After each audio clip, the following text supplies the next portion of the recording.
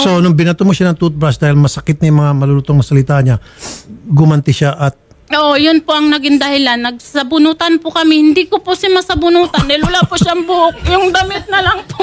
Pwede makapagsalita, sir. Damit na lang po kasi nahawakan ko.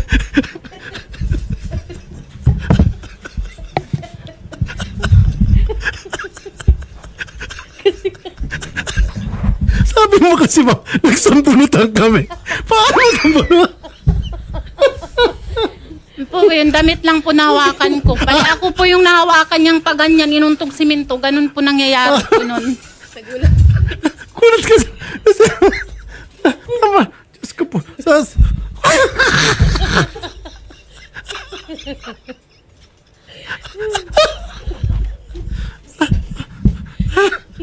Mama kasi sabi nagsambunutan, ma. Wala kang sasambunutin sa kalapong ka. Ang po yung damit po talaga na ano po sa kanya. Punit na punit po yung mga damit niya nung time na yun.